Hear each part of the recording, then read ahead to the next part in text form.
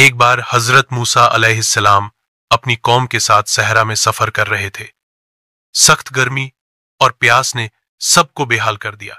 لوگ شکایت کرنے لگے، مگر موسیٰ علیہ السلام نے صبر سے فرمایا، اللہ پر بھروسہ رکھو۔ انہوں نے اللہ سے دعا کی۔ حکم آیا، اپنی لاٹھی اس چٹان پر مارو۔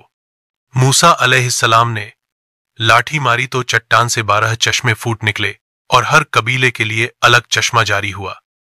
لوگ خوش ہو گئے، مگر کچھ پھر بھی ناشک وہ رونے لگے۔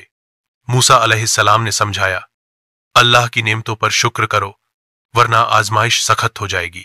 اس واقعے میں سبق ہے کہ جب مشکل آئے تو اللہ پر یقین اور صبر رکھنا چاہیے۔ نبیوں نے ہمیشہ اپنی قوم کو اللہ وہ بلاتے، شکر کی شکشا دیتے اور دھیرے کا سبق دیتے۔ آج بھی اگر ہم ان کی سنت پر چلیں، مشکلیں آسان ہو جائیں گی، دل مطمئن ہو جائے گا اور اللہ کی رحمتیں برسنے لگیں گی۔ اللہ ہمیں نبیوں کے راستے پر چلنے کی توفیق دے۔ آمین۔